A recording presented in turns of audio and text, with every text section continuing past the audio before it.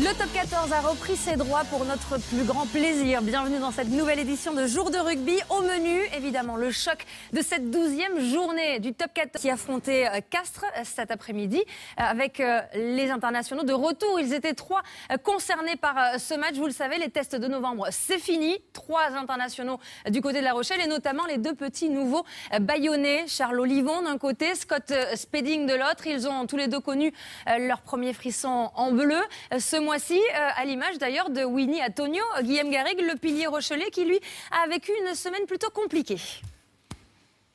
Oui, mais il en manquait un néo-international sur ces images, c'est Scott Spedding. Où était-il à la fin du match? Eh bien, il était sur la pelouse tout simplement, coincé. Elle lui a posé la question, qu'est-ce que ça fait de réagir comme ça auprès des supporters? Écoutez sa réponse. Non, ça fait plaisir. Voilà, nouvelle star de l'aviron bayonnais, Scott Spedding. On poursuit ce jour de rugby par Oyonnax, Bordeaux-Bègles. Le jour d'après, le match d'après plutôt pour Oyonnax, après l'annonce du départ de Christophe Furios, évidemment. On vous le rappelle, il a annoncé, le manager de l'USO, en direct dans jour de rugby. Il a confirmé son départ pour Castres à la fin de la saison. Depuis, Yann Chabenat, eh bien, il s'est passé 15 jours de trêve internationale. Et on se pose la question, évidemment, est-ce que cette annonce, elle a laissé des traces dans la tête des joueurs d'Oyonnax? Voilà, le sourire du côté d'Oyonnax, malgré donc l'annonce du départ de Christophe Furios à la fin de la saison. Soupçon de crise, en revanche, dans les rangs de Montpellier, au moment d'affronter le Loup, à un moment de se déplacer, même à Lyon. Montpellier qui reste sur une série de 4 défaites consécutives, toutes compétitions confondues. Aidez-moi, c'est le cri d'alarme du manager Fabien Galtier à ses joueurs cette semaine chez nos confrères de l'équipe. Une semaine après avoir remercié l'entraîneur des Avants, son adjoint Mario Ledesma. Il semblerait également que son autre adjoint, Stéphane Glas, ait un temps envisagé de démissionner. Philippe Place, bien tout ça, ça ne fait pas une super ambiance, on va le dire, au sein du staff de Montpellier. Et oui, la série s'alourdit. Philippe Place, on a vu en début de sujet qu'ils sont arrivés, les Montpelliérains, avec le sourire. On a senti qu'ils l'avaient un petit peu moins quand même après ce match. Quelle était l'ambiance au sein du club? Oui, Montpellier. Oui, Montpellier qui va devoir de toute façon se ressaisir puisque la prochaine étape en top 14, eh bien, ce sera un énorme match face à Toulouse et ce sera en direct sur Canal le 20 décembre prochain.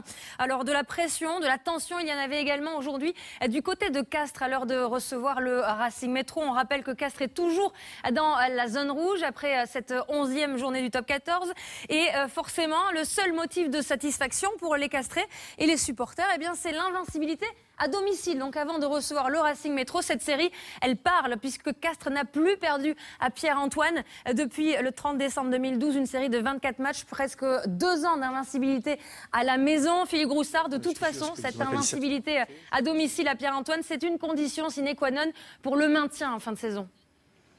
La belle performance des Racingmen et forcément l'inquiétude qui guette de plus en plus les Castrés. Philippe Groussard, évidemment, on ne peut s'empêcher de penser à Perpignan et à Biarritz l'année dernière sans être alarmiste.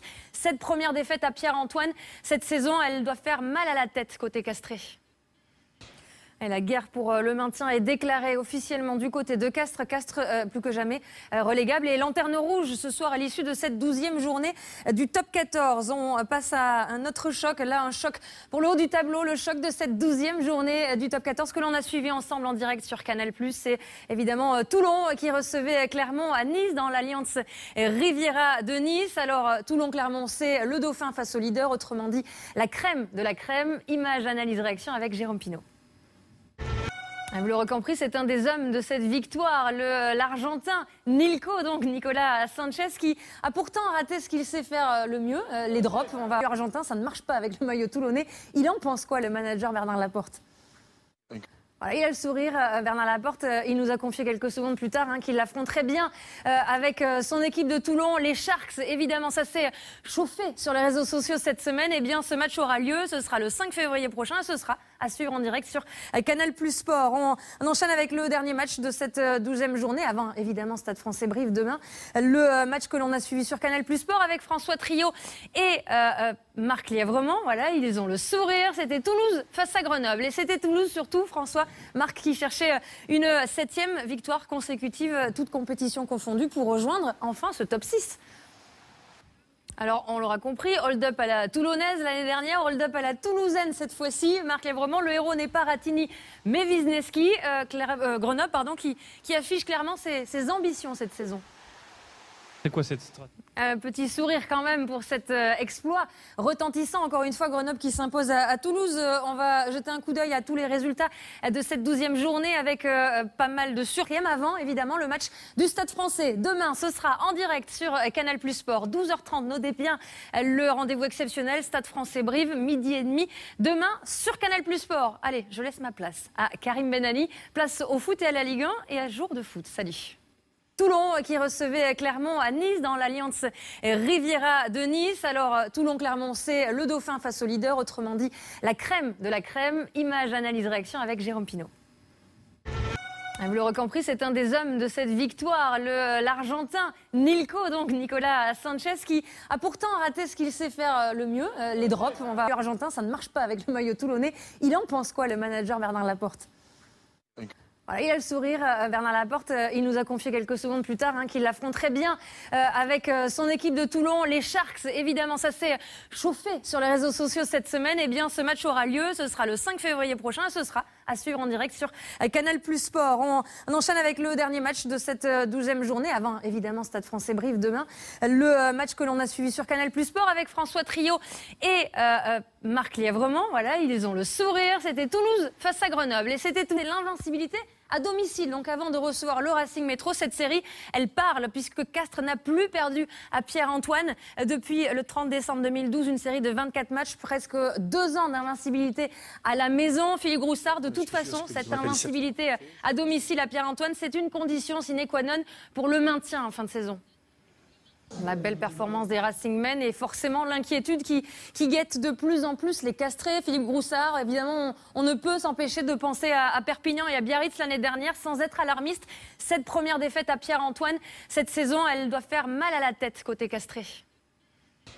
Et la guerre pour le maintien est déclarée officiellement du côté de Castres. Castres, plus que jamais, relégable. Et lanterne rouge ce soir à l'issue de cette 12e journée du top 14. On passe à un autre choc. Là, un choc pour le haut du tableau. Le choc de cette 12e journée du top 14 que l'on a suivi ensemble en direct sur Canal+. C'est évidemment Scott Spedding. On poursuit ce jour de rugby par Oyonnax Bordeaux-Bègles. Le jour d'après, le match d'après plutôt pour Oyonnax, après l'annonce du départ de Christophe Furios. Évidemment, on vous le rappelle, il a annoncé, le manager de l'USO, en direct dans Jour de rugby. Il a confirmé son départ pour Castres à la fin de la saison. Depuis, Yann Chabenat, il s'est passé 15 jours de trêve internationale et on se pose la question, évidemment, est-ce que cette annonce, elle a laissé des traces dans la tête des joueurs d'Oyonnax ?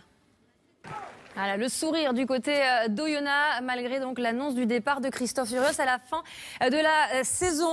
Soupçon de crise, en revanche, dans les rangs de Montpellier au moment d'affronter le Loup, à moment de se déplacer même à Lyon. Montpellier qui reste sur une série de 4 défaites consécutives, toutes compétitions confondues. Aidez-moi, c'est le cri d'alarme du manager Fabien Galtier à ses joueurs cette semaine chez nos confrères de l'équipe. Une semaine après avoir remercié l'entraîneur des Avants, son adjoint. Le Top 14 a repris ses droits pour notre plus grand plaisir. Bienvenue dans cette nouvelle édition de Jour de rugby. Au menu, évidemment, le choc de cette 12e journée du Top 14 qui affrontait Castres cet après-midi avec les internationaux de retour. Ils étaient 3 concernés par ce match. Vous le savez, les tests de novembre, c'est fini. 3 internationaux du côté de La Rochelle et notamment les 2 petits nouveaux bayonnais. Charles Olivon d'un côté, Scott Spedding de l'autre. Ils ont tous les 2 connu leur premier frisson en bleu. Ce mois-ci, à l'image d'ailleurs de Winnie Antonio, Guillaume Garrigue, le pilier rochelais qui lui a vécu une semaine plutôt compliquée. Oui, mais il en manquait un néo-international sur ces images, c'est Scott Spedding. Où était-il à la fin du match ? Eh bien, il était sur la pelouse tout simplement, coincé. Elle lui a posé la question, qu'est-ce que ça fait de réagir comme ça auprès des supporters ? Écoutez sa réponse. Non, ça fait plaisir. La nouvelle star de l'aviron bayonnais, Mario Ledesma. Il semblerait également que son autre adjoint, Stéphane Glas, ait un temps envisagé de démissionner. Philippe Place, bien tout ça, ça ne fait pas une super ambiance, on va le dire, au sein du staff de Montpellier. Et oui, la série s'alourdit. Philippe Place, on a vu en début de sujet qu'ils sont arrivés, les Montpelliérains, avec le sourire. On a senti qu'ils l'avaient un petit peu moins quand même après ce match. Quelle était l'ambiance au sein du club ? Oui, Montpellier. Oui, Montpellier qui va devoir de toute façon se ressaisir puisque la prochaine étape en top 14, ce sera un énorme match face à Toulouse et ce sera en direct sur Canal le 20 décembre prochain. Alors de la pression, de la tension, il y en avait également aujourd'hui du côté de Castres à l'heure de recevoir le Racing Métro. On rappelle que Castres est toujours dans la zone rouge après cette 11e journée du top 14 et forcément le seul motif de satisfaction pour les Castrés et les supporters,